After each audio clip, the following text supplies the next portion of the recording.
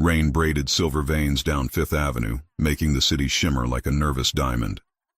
Inside Maison Bellamy, where soft jazz mingled with the perfume of wealth and every reflection looked better than reality, a young woman stepped in from the storm. Her name was Grace Davis, and she had no right to be there. Her coat was thrift store wool, damp and stubbornly buttoned. Her shoes, once white, were thin from double shifts, the left heel wobbling like an old apology. She held a worn envelope against her chest, containing the exact cash she needed to secure a room in Queens before her landlord changed the lock. But first, she needed something she could barely afford: dignity in the form of decent shoes. She crossed the polished floor, past rows of heels displayed like rare artifacts. Her eyes stopped on a pair of black pumps, clean, poised, reliable. Shoes that could walk her into the receptionist job interview tomorrow and say everything she couldn't afford to explain. "Can I help you?" The saleswoman's tone dripped courtesy and condescension in equal measure. Her name tag read, Sloan. Behind her, two other associates hovered like echoes in pearl earrings. "I'm just looking," Grace said softly. "For what?" Sloan tilted her head, her smile slicing thin. "Or for whom?" Grace pointed to the shoes. "Size 8, please." Sloan's eyes flicked down at the waitress shoes, the frayed coat, the envelope clutched too tightly. "Are you sure? We do have a clearance section." Grace's cheeks flushed. 8, she repeated. "Please." The chorus of associates smirked. One whispered, "Dreamer," as Sloan walked away. Grace sat on the velvet stool, her pulse trying to outrun humiliation. She glanced around. Marble, mirrors, people who didn't notice her existence. When Sloan returned, she held the box as if it contained a moral lesson. Grace slid the shoe on. It fit like possibility. She stood, taller, straighter. The mirror returned a woman she barely recognized, still trembling but standing anyway. "How much?" she asked. Sloan quoted a number that could feed Grace for 2 weeks. Her heart dropped, but she did the math. Rent, groceries, bus fare. She could make it work if she skipped dinner and believed in luck. "I'll take them," she said. Sloan blinked, caught off guard. Of course. She tapped her nails loud enough to summon curiosity. "Payment?" Grace opened the envelope.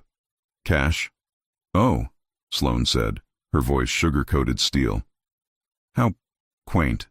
The sound of a low chuckle rolled across the marble floor. 2 men had entered the store, suits dark as midnight. One taller, broader, carrying authority like a shadow that never left him. He said something in Italian that made his companion smirk. As Sloan counted the bills, she paused. "One short," she said loudly.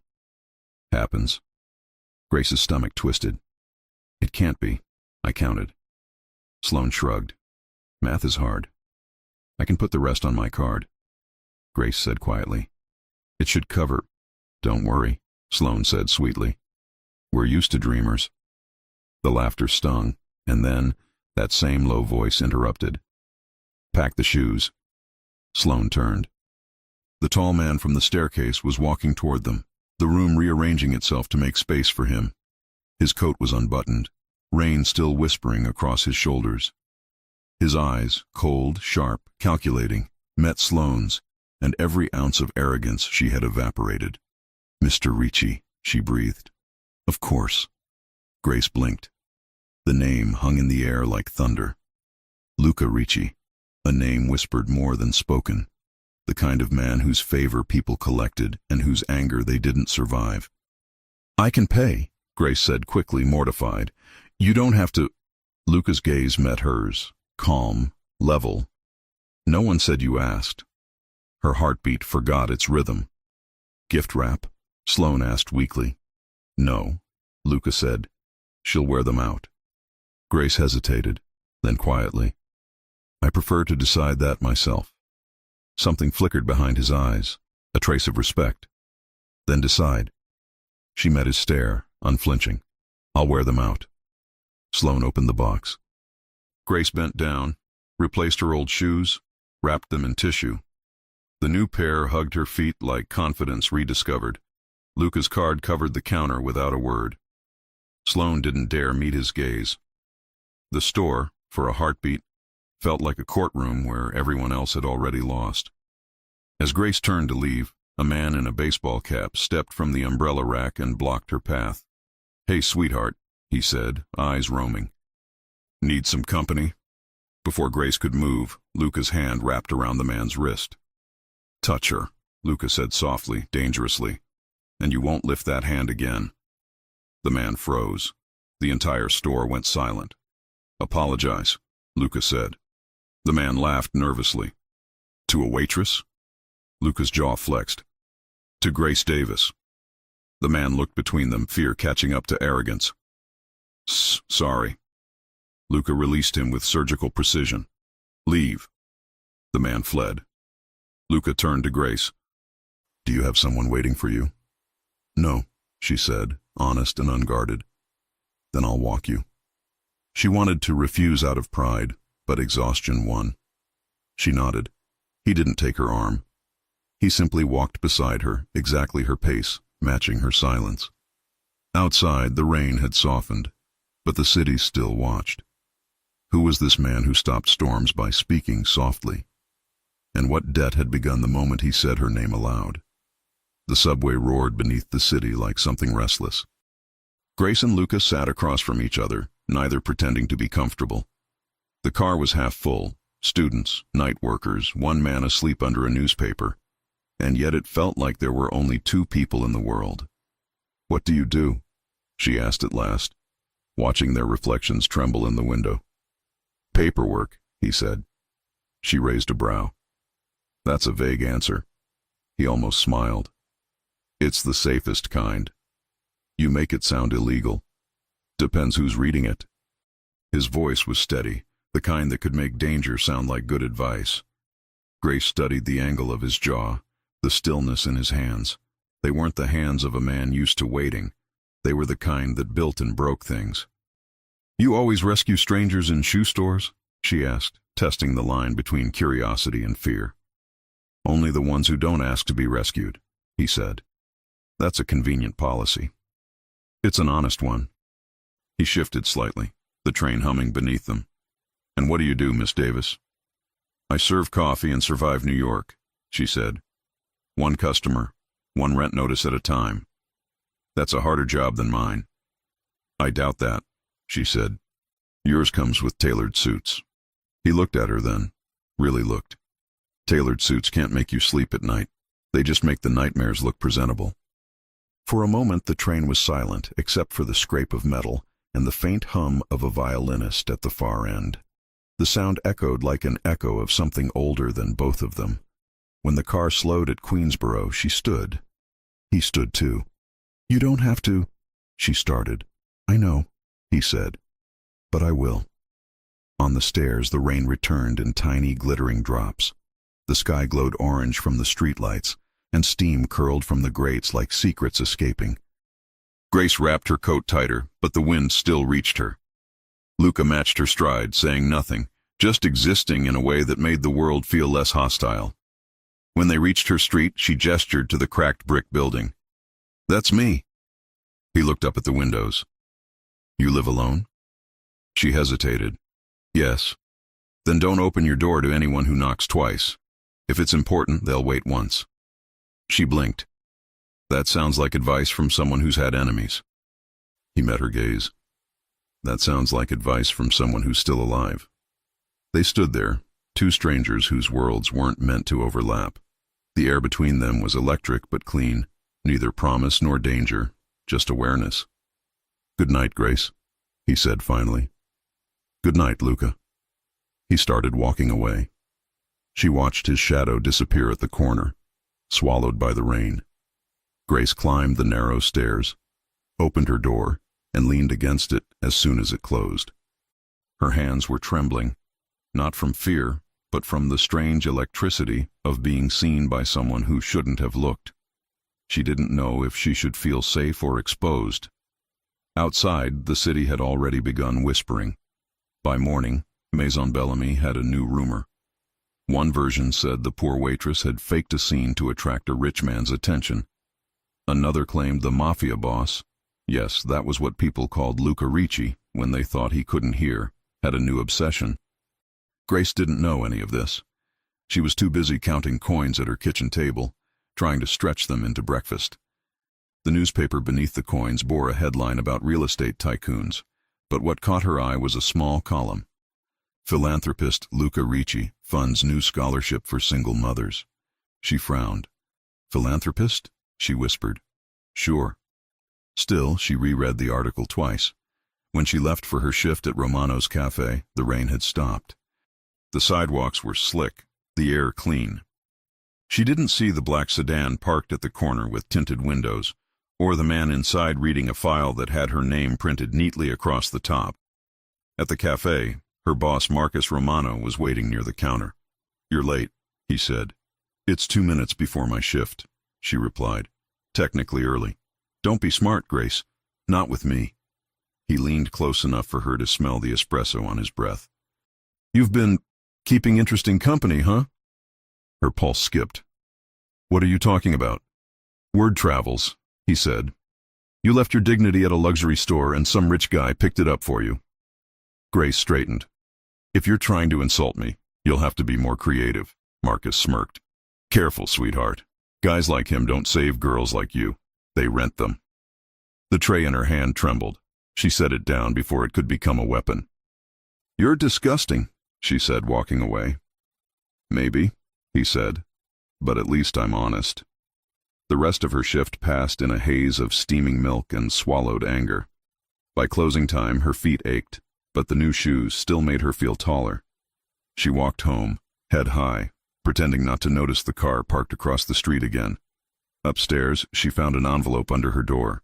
No name, just her address scrawled in sharp ink. Inside was a single business card. Black embossed letters, Luca Ricci, Ricci Holdings. On the back, handwritten, for what you deserve, not what they offer. She exhaled shakily, half touched, half terrified. The card smelled faintly of cedar and something expensive. She slid it into the back of a drawer and told herself she'd forget about it. But she didn't. The next morning, the city woke up gossiping. By noon, Grace's photo was circulating in private group chats among Fifth Avenue employees. Someone had pulled the store's camera footage, cropped it, and added a caption. Cinderella's got a sponsor. By evening, the same image reached places it shouldn't have. An online forum frequented by people who tracked powerful men's movements like weather patterns. Underneath, a single comment with 3 words. Luca Ricci watched. Grace had no idea any of this was happening. But Luca did. And so did someone else. Someone who had been waiting for a reason to make him bleed. Late that night, Grace dreamed she was walking barefoot through the same store again. Except the shoes were gone and everyone's faces were turned away. The mirrors reflected her, but not her alone. Behind her, always behind her, a shadow walked in sync. She woke with her heart galloping and rain whispering against the window. And somewhere across the city, Luca Ricci sat at a desk surrounded by papers that weren't paperwork at all. Files, names, balances of favors. And in the center of it, a single photograph of a woman in black pumps standing in a world that didn't deserve her yet. He didn't know why he'd kept it there, but he also didn't know how to throw it away. What happens when kindness costs reputation? And who pays the interest when rumors start earning profit? The hospital's lobby smelled of disinfectant and dreams held together by paperwork. Grace stood near the receptionist's desk, clutching her folder of documents like armor. Her reflection in the glass doors looked steadier than she felt. A woman in her 40s appeared with the kind of authority that didn't need introduction. Her badge read, Miss Klein. Her expression said she had seen every excuse twice. Grace Davis, Klein said. You're early. I prefer that, Grace answered. Klein led her down a hallway where the carpet changed color halfway through, hope turning into administration. Why do you want to work here? Grace didn't give the practiced answer. Because hospitals see people at their worst, and I'm good at staying calm when everything else isn't. Klein's pen hovered. Last employer? Romano's Cafe. Ah, Klein said. The one on 12th Avenue. We've had reports about that place. Grace nodded. Some of them are true, none of them mine. Klein almost smiled. And if someone speaks to you rudely? I listen once, Grace said. After that I translate. The older woman tilted her head. Translate. I turn what they meant into what they should have said. It saves time. Klein paused, then wrote something down. We'll be in touch. When Grace stepped outside, the sky had turned the color of resignation. She bought a single white rose from the flower stand near the corner, her one superstition. She called it balance, something soft for a hard day. Her phone buzzed. Unknown number. Ms. Davis? A voice said. This is Mr. Bellamy's office, Maison Bellamy. Grace froze. Yes? There's been a complaint regarding your behavior during yesterday's incident. Mr. Bellamy would like to review the security footage with you this afternoon. Grace blinked. A complaint? From who? Please arrive by 4. Use the private entrance. He hung up before she could answer. By 4, she was there. Same marble, same perfume of money. But this time, no jazz. A man in a navy sweater waited behind a screen, fingers steepled. Oliver Bellamy. Ms. Davis, he said, not rising. We appreciate your cooperation. He pressed play. Footage flickered. Her soaked coat, Sloane's smirk, the cash on the counter. Then, a jump. The frame skipped. The moment the man in the cap touched her shoulder vanished. Grace leaned forward. Where's the rest? Corrupted footage, Oliver said smoothly. Unfortunate coincidence. Her jaw tightened. Coincidence doesn't usually arrive on time.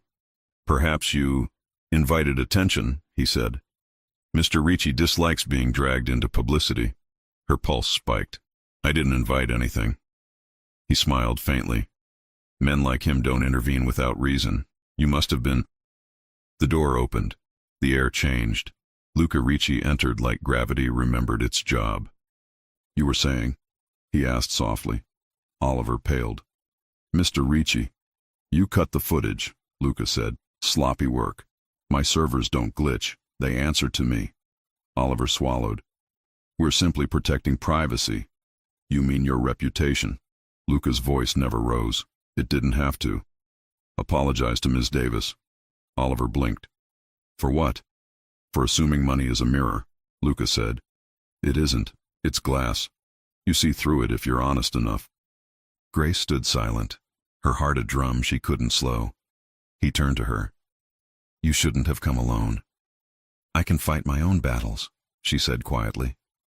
I don't doubt that, he said. But I prefer to choose the field. For the first time, Oliver looked afraid. Not of Luca's power, but of how calm he was while using it. Fix the records, Luca said, and send her a written apology, hand-delivered. He walked out without waiting for a reply. Grace followed him into the hall. You didn't have to? Yes, he said. I did. They stepped into the street. The rain had stopped. The sky was bruised with sunset. I don't owe you, she said, standing her ground. No, he said, almost smiling. But I owe myself the reminder that not everyone folds. She looked away, unsure what to do with the ache in her chest. Goodbye, Luca. For now, he said. She didn't know that for now would become a promise, not a farewell. That evening, back in her apartment, her phone rang again. Ms. Davis, this is Ms. Klein's office. Could you return at 5? We have a decision. She froze. So soon? Yes, the voice said. We'd like to make an offer. She hung up slowly, staring at the white rose on her table. Some debts, it seemed, were paid in opportunities. What happens when truth reappears after being edited out? And what new door opens when a man who never waits starts waiting for someone? Monday morning, the hospital lobby glowed with that false kind of peace found only in places built to hide pain. Grace stood straighter than she felt, her badge swinging on a new lanyard. Receptionist, Linden Medical Center. When Ms. Klein passed by, she didn't smile, just nodded, which meant approval. Grace took that as victory. She learned the software in an hour, the phone system in 2, and the rhythm of emergencies by lunch. By 3 p.m., she was answering calls with a calm that nurses found unnerving.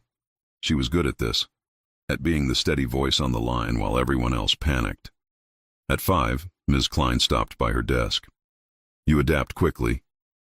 I've been improvising for years, Grace said. Klein nodded. Keep that energy. When the shift ended, Grace walked outside to a gray sky smelling faintly of rain. The street was crowded, taxis, late buses, voices. A man handed out flyers for a jazz bar downtown. She took one without thinking, folded it into her pocket. Her phone buzzed. Unknown number. If you're free tonight, there's music. Her pulse jumped. Only one person would send that. Grace. What kind? Luca. The kind that forgives the weak. She hesitated, smiling despite herself. Grace. Where? Luca. I'll send a car. It's safer than trusting the subway after dark. Grace. I can take care of myself. Luca. I know. That's why I'd like you to get there in one piece. She stared at the screen, then typed 2 words. Grace. 7 o'clock. At 7, a black sedan waited by the curb. The driver opened the door like a ritual. Inside, the city blurred by in streaks of gold and violet. Grace caught her reflection in the tinted glass. She didn't look poor anymore. She looked like possibility. The bar was hidden beneath an old church downtown. Candlelight, saxophone, a smell of whiskey and stories. Luca stood near the stage, sleeves rolled, collar open, no tie. He looked less like danger and more like control, disguised as charm. You came, he said. You asked, she replied. He smiled, not a wide smile, but the kind that made a woman forget her escape plan. They sat at a corner table, shadows moving like slow dancers. The band began to play, a melody made of heartbreak and second chances. What's your drink? He asked. Something I can afford to spill, she said. He ordered whiskey. She chose wine. When the glasses arrived, he raised his, waiting for her to raise hers first. Respect, silent and deliberate. To what? She asked. To better stories, he said. They drank. The room melted into warm brass and laughter. Grace exhaled, realizing she hadn't relaxed in months. You don't talk much, she said. I was told silence lasts longer than lies. Who told you that? My aunt, he said, eyes softening. She owned a bakery in Naples. Said sweetness was the only weapon that didn't draw blood. Grace smiled. Smart woman. She was, he said. She made cannoli for men who carried guns.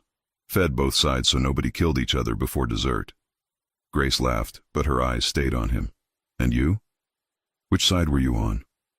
He thought for a moment. The side that hates wasting good pastry. For the first time, she saw him as more than a name with a rumor attached. There was humor in him, sadness too. A whole world carved in restraint. Do your hands ever shake? She asked suddenly. He blinked. Why would they? Because everyone's afraid of something. Luca looked at his hands, the ones that could command, defend, destroy. They used to, when I realized I was starting to like someone honest. Her breath caught. He didn't mean it as a confession, but it landed like one. The saxophone wailed, and the crowd applauded. Grace looked away, heart drumming faster than the rhythm. He leaned forward slightly. Tell me something true. She hesitated. I failed biology 3 times, she said. I can read people better than textbooks. He smiled. That's more useful in my line of work. And what line is that? He swirled the whiskey. The kind that pays for quiet. So you're a professional secret keeper? Something like that, he said. And you? What do you keep? My sanity, she said. And rent receipts. He chuckled, low and genuine. That's rarer than gold in this city. They talked until the candles burned low. She forgot the clock existed. When they finally stepped outside, the night had gone still. He offered no promises, no questions, just a look that said, you changed something, and I'm not sure how yet. He walked her home. At her door, he didn't ask to come in. She didn't invite him. They stood in the doorway, a breath apart. Good night, Grace. Good night, Luca. When he left, the hallway felt too quiet, too small. She pressed her back to the door, closing her eyes. She didn't see the shadow watching from across the street. Someone who didn't belong in this part of town. Someone who would soon sell a photograph that would change everything. The next morning, Grace arrived early to work again. The white rose from yesterday sat on her desk in a water glass. Beside it, a note in clean handwriting. For what the week will require. No signature. But she knew. That afternoon, Ms. Klein stopped by with a thin smile. Good work, Ms. Davis. You handle people well. Thank you. Even the difficult ones. Especially them, Grace said. Klein tapped the rose. You have admirers already? Grace's pulse tripped. Just friends. Friends who know where you work? Klein asked. Grace looked down. Lucky guess.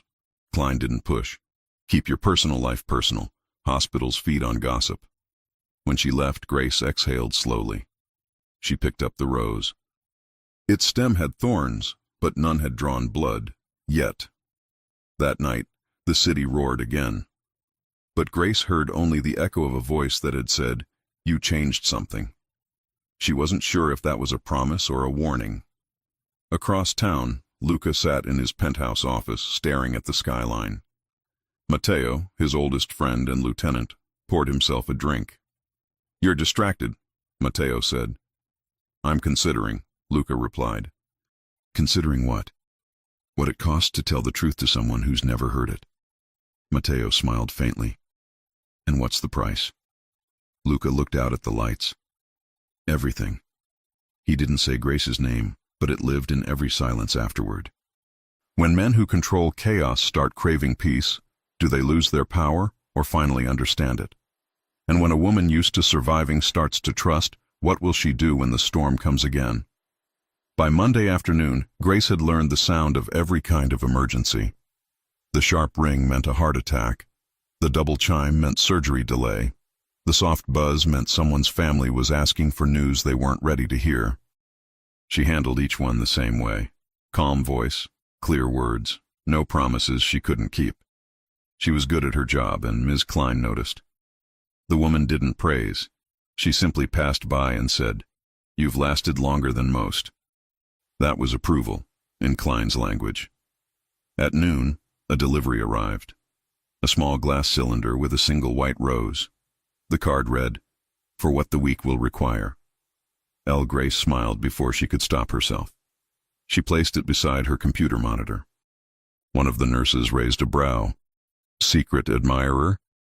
Probably just a friend, Grace said too quickly. By 4, the hospital slowed. The air turned heavy, the kind of quiet that always comes before bad news. Grace signed out, packed her things, and stepped into the drizzle waiting outside. She didn't see Marcus until he spoke. Long day, sweetheart. He leaned against the lamppost, hands in pockets, the same smirk he'd worn back at Romano's cafe, the smirk that had once been a promise, now a warning. What do you want, Marcus? Just to talk. He moved closer. You disappeared. No goodbye. No thank you. I didn't realize you'd earned either, she said. His smile thinned. Still have that mouth, huh? I learned it from surviving men who mistake cruelty for charm. He stepped closer again. Careful, Grace. The city isn't kind to girls who get brave. I'm not brave, she said softly. I'm just done. That should have ended it. But Marcus never liked endings he didn't write himself. He glanced at her badge. Receptionist, huh? Classy. You think that man of yours knows where you came from? Her heart lurched. What man? Don't play stupid. The whole neighborhood's seen the photo.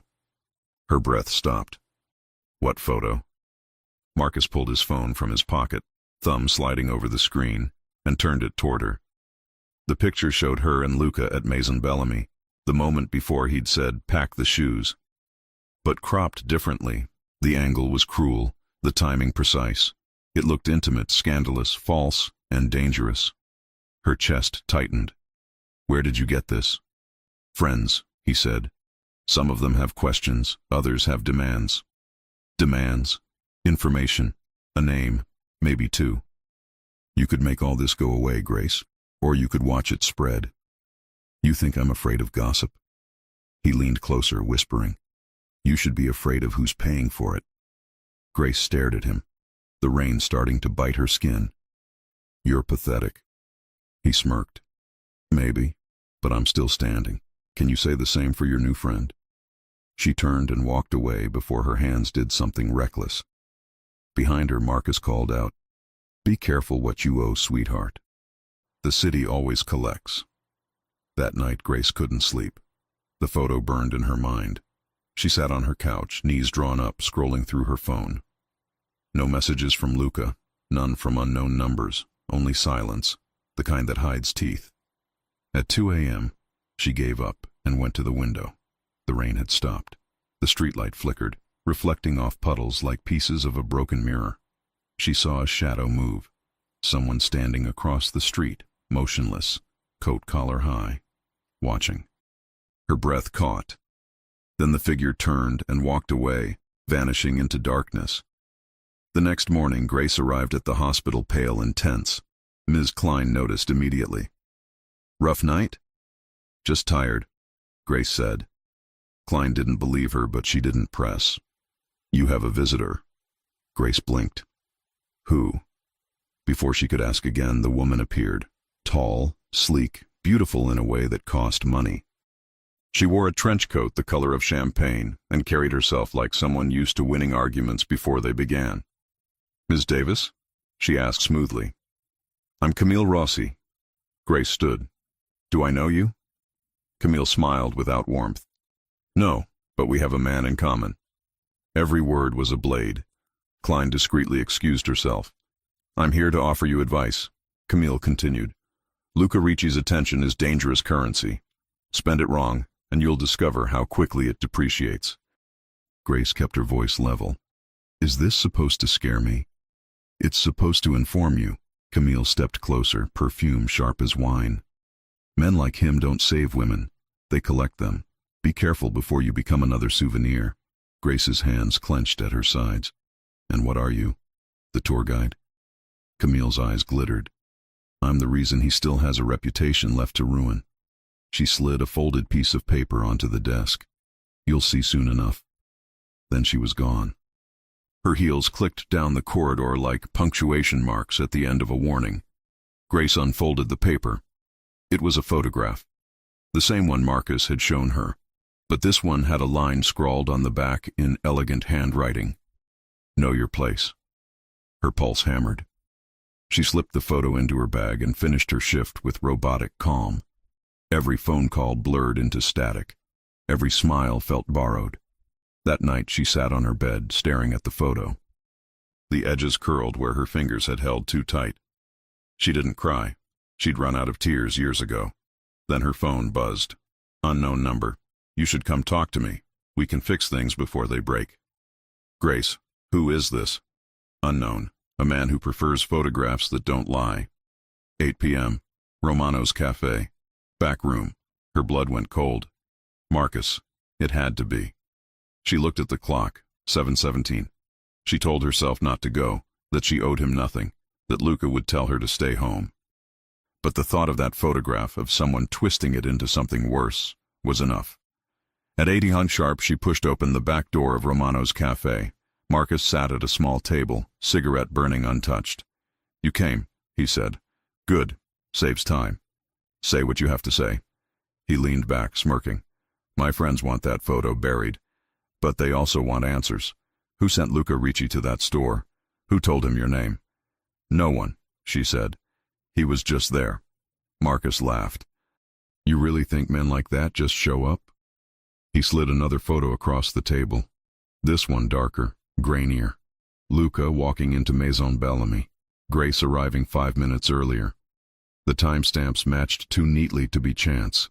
Her throat tightened. "You followed me." "Correction," Marcus said. "Someone followed him. I just bought the pictures." "Why?" He shrugged. "Because information is valuable. And maybe I still like the idea of you owing me." "I don't owe you anything." He smiled. "You always say that right before you pay." Before Grace could answer, the door opened behind her. The air shifted. Luca Ricci stood there. He didn't raise his voice. He didn't move fast. But Marcus stopped smiling. "Walk away," Luca said quietly. "Now." Marcus opened his mouth. "This is business." "Wrong," Luca said.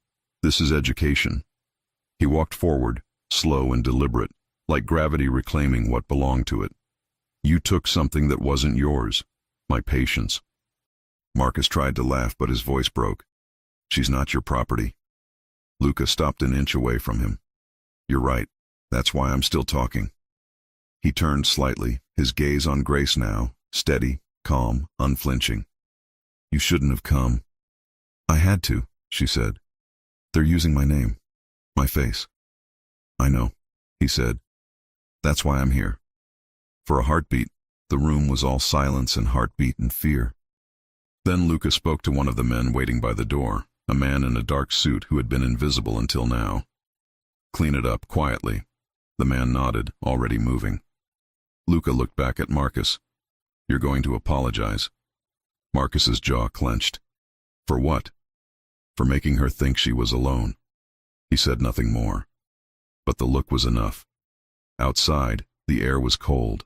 The streetlights flickered, rain returning in thin silver threads. Grace hugged her coat tighter. "You think this fixes everything?" she asked. "It stops the bleeding," Luca said.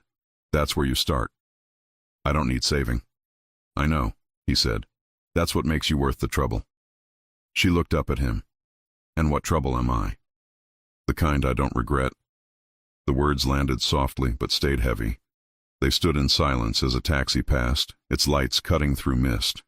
Finally, he spoke again. "They won't bother you anymore, but I'll make sure you're protected." She shook her head. "I can't be another problem for you." He smiled faintly. "You're not a problem, Grace. You're the only thing I haven't solved." Back in her apartment, Grace placed the photo in a drawer and locked it. But she knew it wasn't over. Not yet. Because for all the power Luca had, someone out there still wanted her name on the wrong story. And power, she'd learned, never slept. What's the price of peace when the past starts billing you for survival?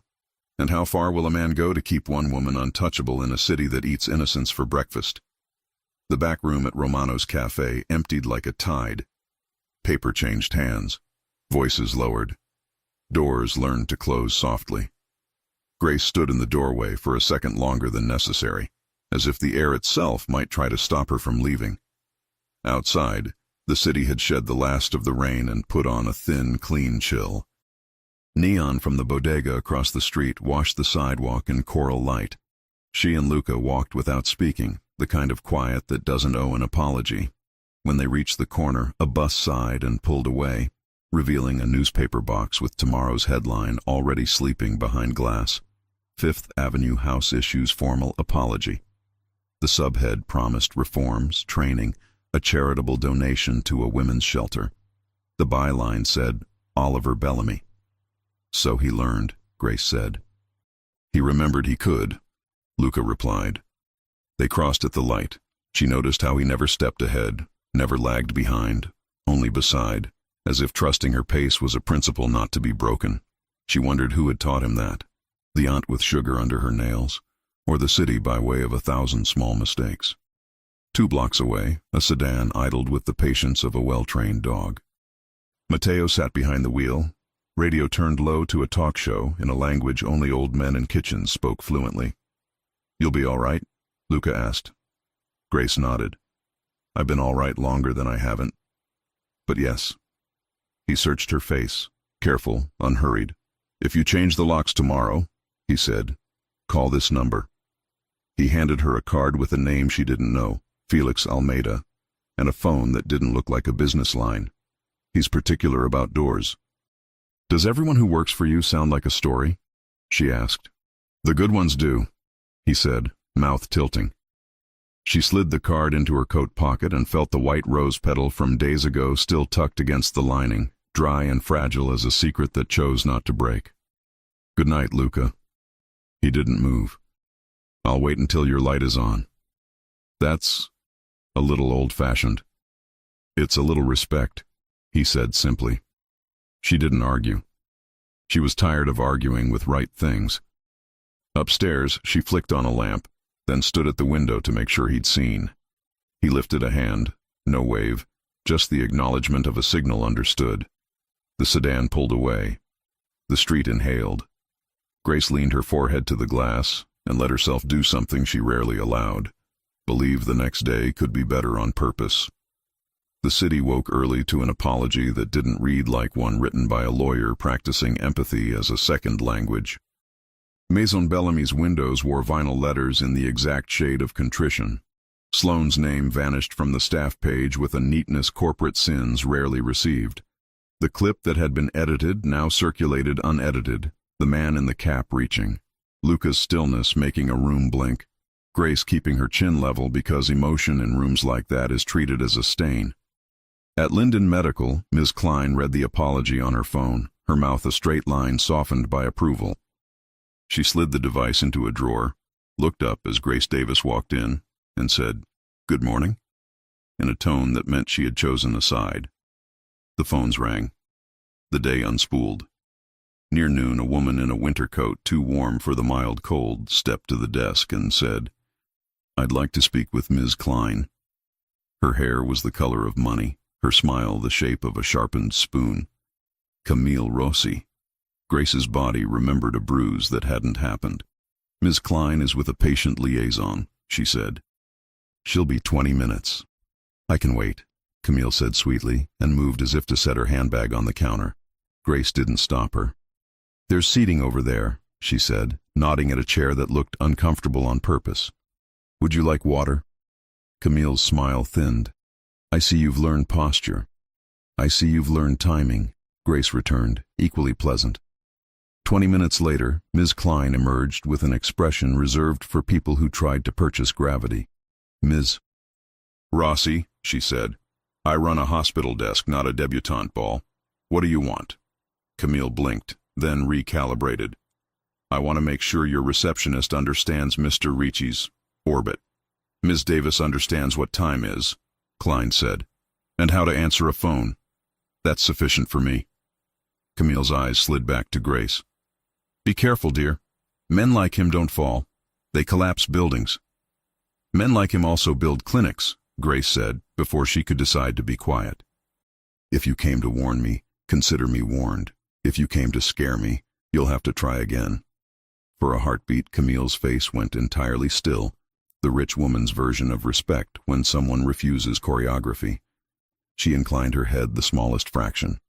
"Noted," she said, and left a donation envelope at the desk addressed to Linden Family Fund that would underwrite 3 months of the taxi voucher program Ms. Klein kept alive with duct tape and fury. When Camille was gone, Klein glanced at Grace. "You didn't flinch," she said. Grace shrugged. "I was tired." "That's usually when people flinch," Klein said, and returned to her office.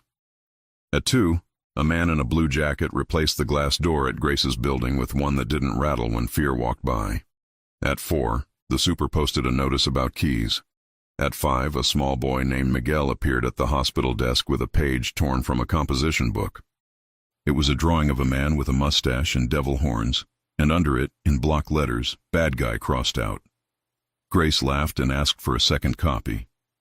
He gave her the original and told her he had more markers now. At 6, Marcus Romano stood at the front of his cafe and read a statement on his phone while his mother filmed him and cried silently into a tissue. The statement contained the words lied, harmed, apologize, and repair in that order. He didn't look up once. When he finished, the neighborhood board chair, who also ran the Wednesday food pantry, made him sign a monthly contribution pledge that cost less than his watch. He signed. He tried to smile. The watch looked heavier. At 8, a warehouse on the river locked an extra door, and a nephew with a baseball cap boarded a bus heading out of town carrying a bag heavier than a bus ticket usually required. Rossi sent a text of exactly 3 words to Luca. Debts corrected. Summer colder.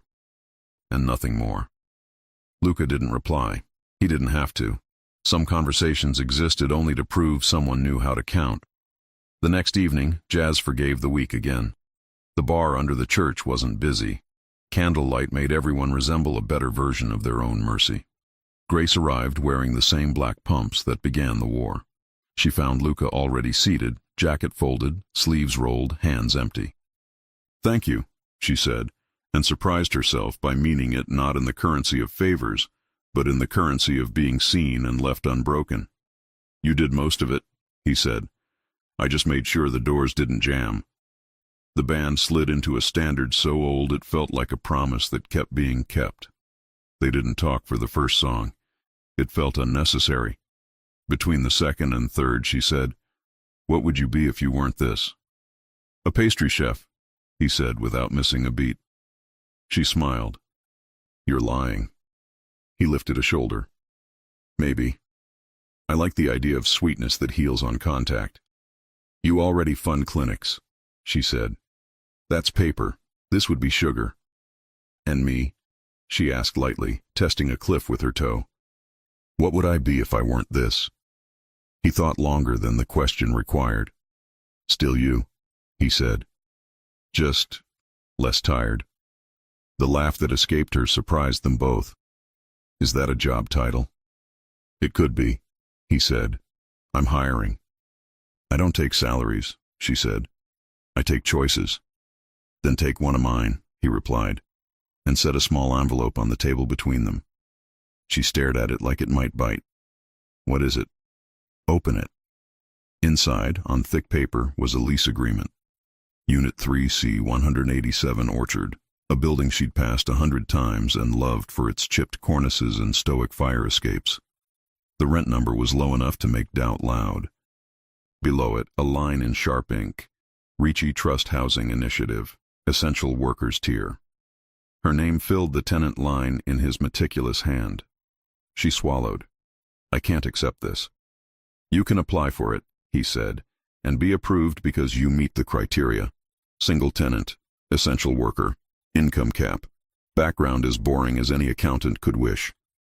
"That's still you." "It's a program," he said. "I set it up for nurses and night shift cleaners and anyone who runs toward the alarm while the city looks for someone to blame. I don't hand keys to pretty women in bars." She held his gaze until the band changed songs. "Why me?"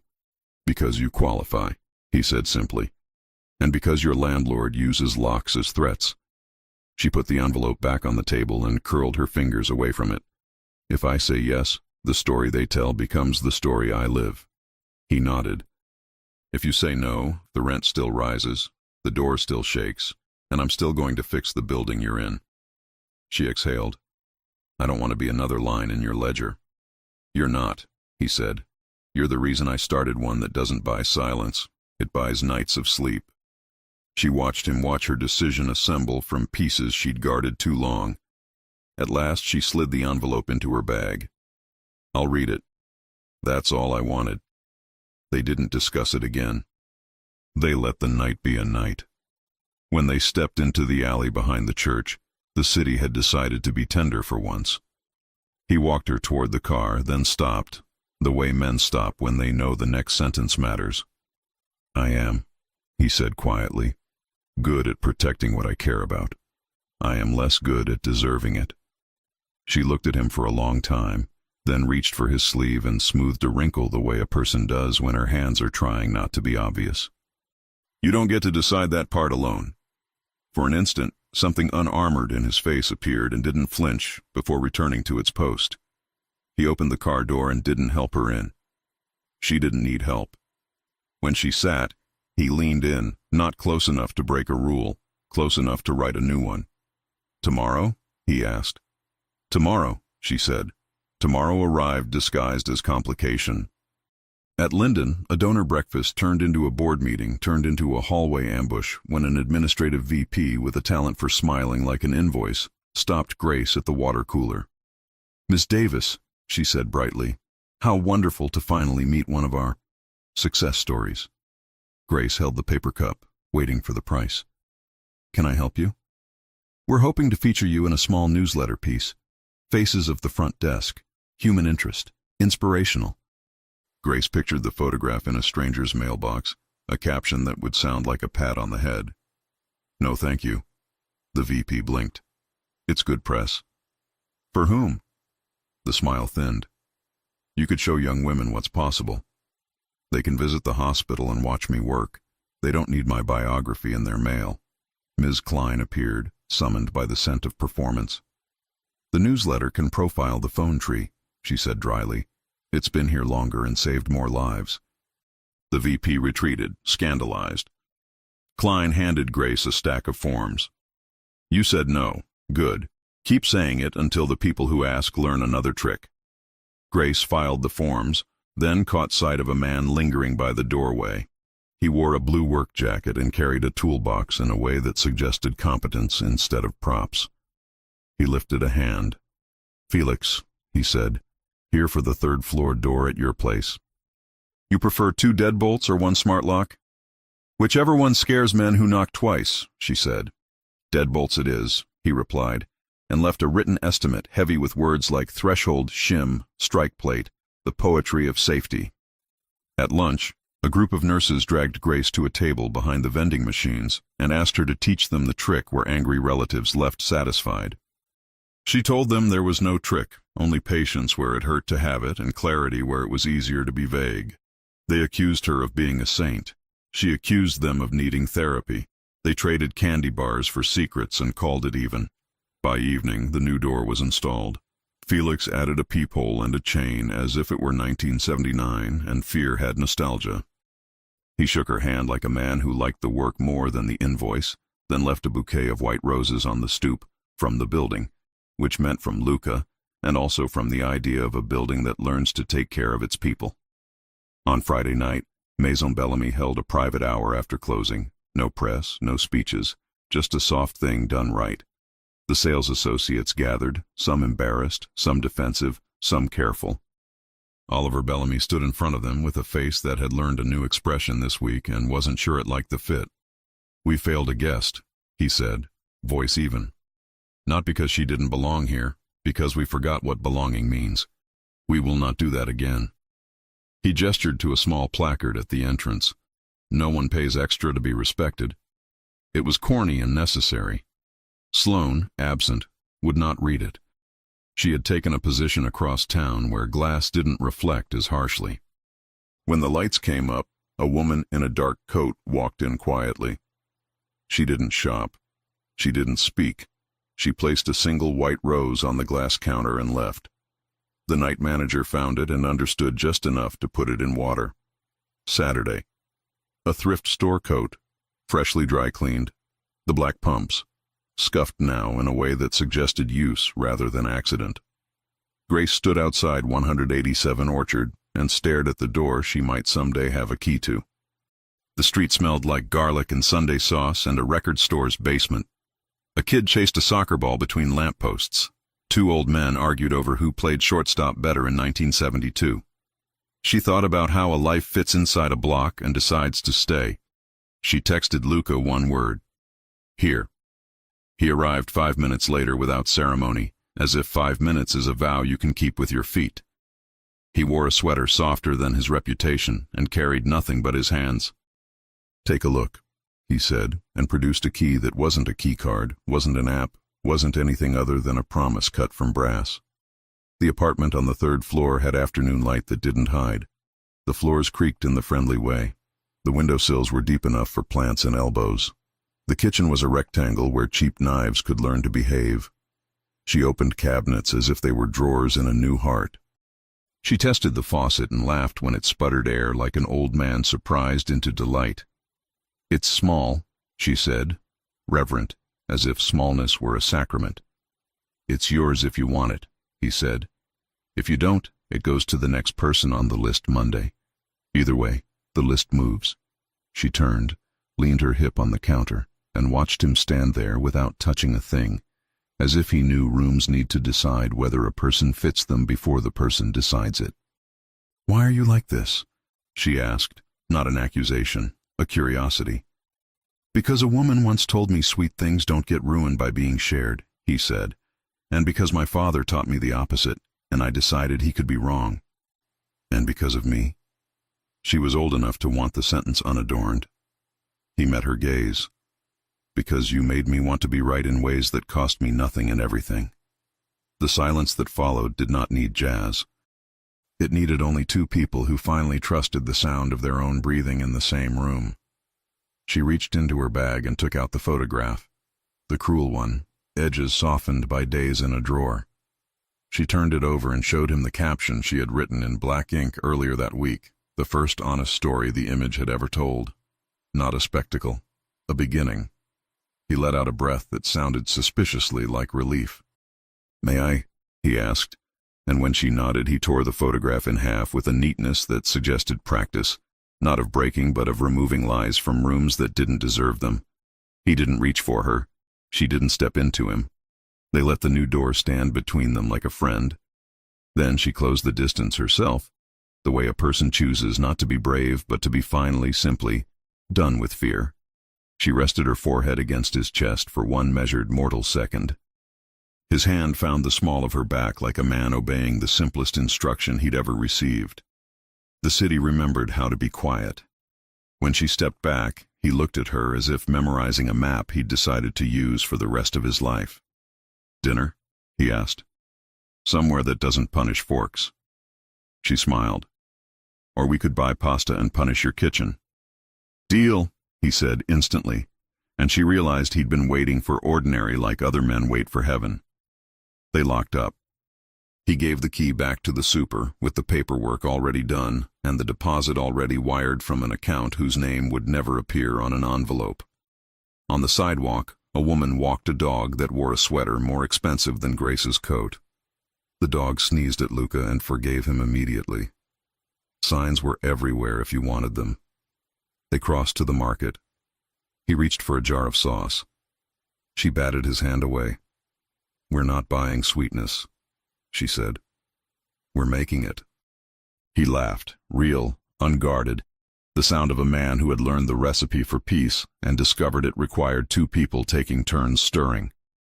That night, they ate on his balcony because her kitchen wasn't hers yet.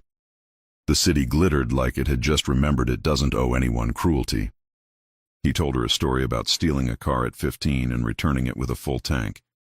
She told him one about a fourth-grade teacher who made her wear a sash that said loud, and how she had spent 10 years earning back her voice from a piece of cloth. When the plates were pushed aside, the conversation slowed into the kind of quiet that stops pretending it's fragile. He touched her cheek with the back of his fingers, and she let him. He kissed her like a man instructing himself to learn tenderness fluently and fast. She answered like someone who had finally decided tired could step aside for something with better posture. Below them, a siren wailed and faded. Somewhere, a train argued with its own schedule. A helicopter cut a line across the sky and thought better of it. Life continued with its usual appetite, but not here. Not for an hour that felt larger than it was. He rested his forehead against hers. "I don't know how to do this." "Gently," he admitted, almost apologizing. "You do," she said. "You've been doing it since a shoe store." He closed his eyes and breathed in a way that suggested prayer without religion. "Stay," he said, immediately correcting himself. "Or go home. Or tell me to stop asking you things you haven't had time to want yet." "I want tomorrow," she said, "and the day after, and a key I can put on a ring without feeling bought." He smiled. "I can do keys." "And I can do boundaries," she said. "We'll trade." "Deal," he said again, and it sounded like a lifetime. On Monday morning, the vinyl letters on Maison Bellamy's window had started to peel at the corners the way apologies do when the weather gets real. But people kept stopping to read them anyway. A woman took a picture, not to post, but to send to herself as proof that days can turn. At Linden, Ms. Klein forwarded an email to Grace with a single line. "Declined on your behalf." The newsletter found someone else's face to smile at. Felix texted a photo of Grace's new door with the caption bite-proof and a chain emoji. Marcus showed up at the pantry with a box of canned tomatoes and a silence Ms. Alvarez accepted with a nod. She put him to work sorting rice. He did not complain. He would again, probably, but not today. Camille Rossi mailed a check with too many zeros and no return address to the women's shelter that had just replaced their broken dishwasher. The director smiled at the generosity and smiled again at the anonymity. She had seen both kinds before and preferred the second. Vincenzo sent Luca a single-sentence update. Servers loyal, staff trained, Bellamy boring.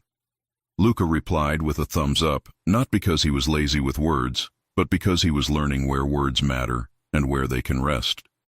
And on a block that had decided to keep her, Grace signed a lease, turned a key, and set a mug on a windowsill that faced a sky that wasn't expensive, just generous.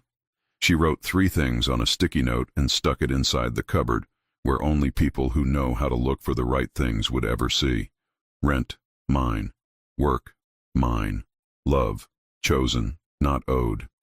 She closed the cupboard, turned toward the door just as a knock sounded. Once, not twice. She opened it. Lucas stood there, a paper bag in one hand, the other hand empty on purpose. "I brought coffee," he said, "and the wrong kind of pastry so you can teach me." She stepped aside.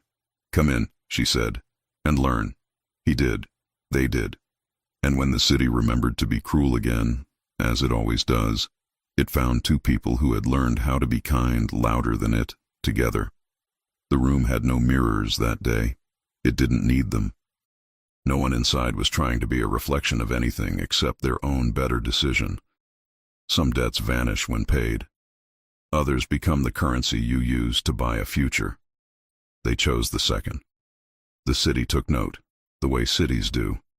First with suspicion, then with relief, and finally with the quiet respect reserved for people who refuse to collapse when given a reason to stand.